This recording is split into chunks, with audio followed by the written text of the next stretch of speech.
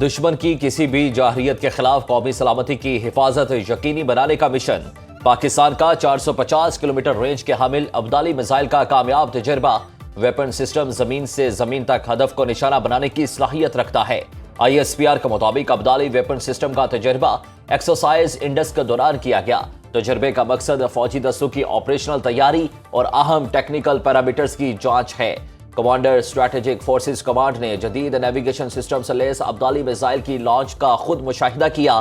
صدر مملکت آصف علی زرداری، وزیر اعظم Shehbaz Sharif, chairman joint chiefs of staff committee اور سروسز چیفز کی فوجیوں، سائنسدانوں اور انجینئرز کو مبارکباد۔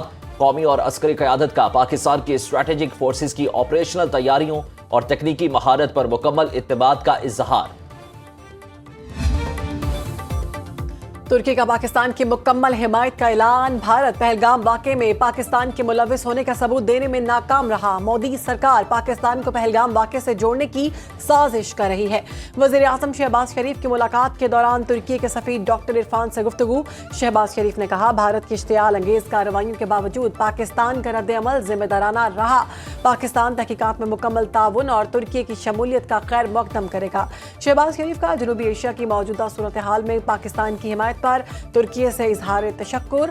ترک سفیر نے پاکستان کی مکمل حمایت اور یکجہتی کا اظہار کیا۔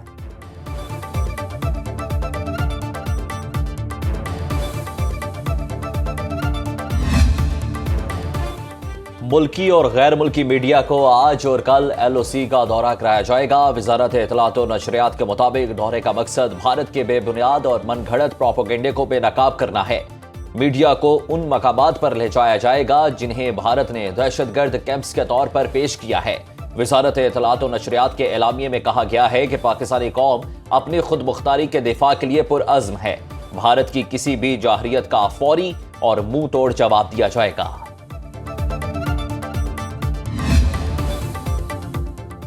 پاکستان سفارتی سطح پر بھارتی پروپیگنڈا بے نقاب کرنے کے لیے سرگرم۔ نائب وزیر اعظم اسحاق ڈار کا یونانی وزیر خارجہ سے ٹیلی فونک رابطہ۔ پاکستان کے خلاف بھارت کے بے بنیاد الزامات اور یک طرفہ غیر قانونی اقدامات سے آگاہ کیا۔ اسحاق ڈار نے کہا، بھارت کے یک طرفہ اقدامات سے علاقائی امن و سلامتی کو خطرہ ہے۔ سندھ طاس معاہدے کو یک طرفہ معطل کرنا بین الاقوامی قوانین کی خلاف ورزی ہے۔ پاکستان اپنی خود مختاری اور قومی مفاد کا ہر قیمت پر تحفظ کرے گا۔ یونانی وزیر خارجہ کا پہلگام واقعے کی شفاف تحقیقات کی پاکستانی تجویز کا خیر مقدم۔ خطے میں امن برقرار رکھنے کے لیے تحمل پر زور دیا۔ پاکستان اور یونان کا سلامتی کونسل کے غیر مستقل ارکان کے طور پر رابطے برقرار رکھنے پر اتفاق۔ واہگہ بارڈر پر پرچم اتارنے کی تقریب۔ جذبہ حب الوطنی سے سرشار، شہریوں کا جوش و خروش دیدنی۔ فضا نعرہ تکبیر اور جیوے جیوے پاکستان کے نعروں سے گونج اٹھی۔ پنجاب رینجرز کے شیر دل جوانوں کی پریڈ۔ دشمن کو پیغام دیا، ہم سے ٹکراؤ گے تو پاش پاش ہو جاؤ گے۔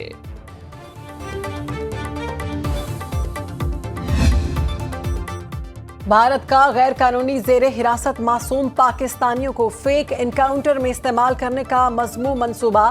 مصدقہ اطلاعات کے مطابق بھارتی انٹیلیجنس اور فوج نے جبری زیر حراست 20 پاکستانیوں کو مقبوضہ کشمیر کے مختلف علاقوں میں باہر نکال کر فیک انکاؤنٹرز میں مارنے کا شرمناک پلان بنا لیا۔ سیکیورٹی ذرائع کے مطابق مختلف جیلوں اور ایجنسیوں میں رکھے جانے والے افراد کو مارنے کے بعد پاکستان کی طرف سے سرحد پار دہشت گرد قرار دیا جائے گا۔ بھارتی میڈیا کو پہلے ہی ان افراد کی لاشیں اور پلانٹڈ ہتھیار وغیرہ کی ویڈیوز اور تصاویر شیئر کی جائیں گی۔ غیر قانونی زیر حراست افراد کو زندہ دہشت گرد ظاہر کر کے میڈیا کے سامنے پاکستان مخالف بیانات بھی دلائے جا سکتے ہیں۔ DG ISPR 29 اور 30 اپریل کو اپنی پریس کانفرنسز میں مختلف بھارتی جیلوں میں غیر قانونی طور پر بند پاکستانیوں کے لیے پاکستانی فضائی حدود کی بندی سے بھارتی ایئر لائنز کو 200 کروڑ روپے کا نقصان۔ 9 دنوں میں 1000 سے زائد بھارتی پروازیں متاثر۔ بھارتی جہازوں کو آدھے بھارت سے گھوم کر بحیرہ عرب سے جانا پڑ رہا ہے۔ لمبے روٹ سے فیول اور دیگر اخراجات نے بھارتی ایئر لائنز کی کمر توڑ کر رکھ دی۔ انڈیگو ایئر کا وسط ایشیائی ملکوں کے لیے فضائی آپریشن معطل۔ دہلی، ممبئی، امرتسر، بنگلور، احمد آباد سے دبئی کی بھارتی پروازیں بھی شدید متاثر۔ امریکہ جانے والی بھارتی پروازوں کے عملے کو یورپ میں تبدیل کرنا پڑ رہا ہے۔ 2 بار لینڈنگ اور ری فیولنگ سے بھارتی ایئر لائنز کو ایئرپورٹ چارجز کی مد میں بھی یومیہ کروڑوں کے اخراجات کا سامنا۔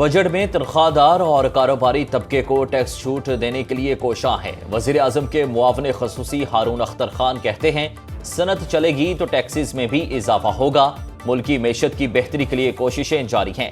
معاشی ترقی کے لیے سب کو اپنا کردار ادا کرنا ہوگا۔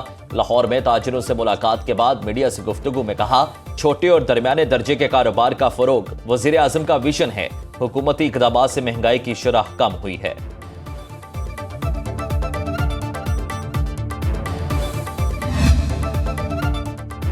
وزیر اعلیٰ پنجاب مریم نواز کا بے گھر افراد کو 3 مرلہ کے پلاٹ دینے کا اعلان۔ مریم نواز نے اپنی زمین اپنا گھر اسکیم کا ای پورٹل لانچ کر دیا۔ وزیر اعلیٰ مریم نواز نے تقریب سے خطاب میں کہا پہلے مرحلے میں 19 اضلاع میں 23 ہاؤسنگ اسکیموں کے تحت 2000 پلاٹ مفت فراہم کیے جائیں گے۔ ای پورٹل پر شہری مفت پلاٹ کے لیے آن لائن درخواست دے سکیں گے۔ پہلے مرحلے میں پلاٹس کی تقسیم جہلم پتوں کی مامو کانچن، لودھنا اور رنالہ خرد میں ہوگی۔ قرآن اندازی کے ذریعے منتخب افراد کو گھر کی تعمیر کے لیے آسان شرائط پر قرضے بھی دیے جائیں گے۔ نواز شریف کا خواب ہے ہر بے گھر کو اپنی چھت نصیب ہو۔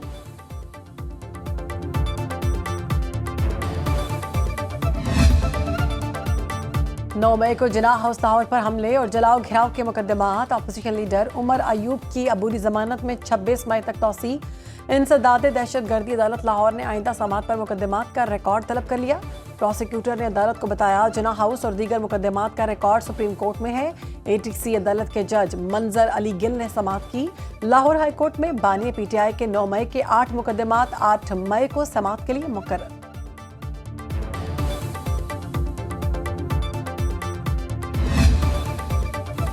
امیر مرکزی جمعیت اہل حدیث سینیٹر پروفیسر ساجد میر سیالکوٹ میں انتقال کر گئے۔ کچھ عرصے سے کمر درد میں مبتلا تھے۔ 1 ماہ قبل مخرو کا آپریشن کرایا۔ خاندان کے مطابق پروفیسر ساجد میر کو صبح ناشتے کے بعد دل کا دورہ پڑا جو جان لیوا ثابت ہوا۔ نماز جنازہ رات 10 بجے علامہ اقبال کالج خادم علی روڈ سیالکوٹ میں ادا کی جائے گی۔ صدر مملکت اور وزیر اعظم سمیت سیاسی اور مذہبی رہنماؤں کا اظہار افسوس۔ ملک میں موسم کے رنگ نرالے، کہیں گرمی تو کہیں بادل چھا گئے۔ اسلام آباد، کشمیر، خیبر پختونخوا میں بارش کا امکان۔ پنجاب کے بیشتر اضلاع میں آندھی اور بارش کا الرٹ۔ بالائی سندھ اور شمال مشرقی بلوچستان میں بھی جھکڑ چلنے اور بادل برسنے کی پیشگوئی۔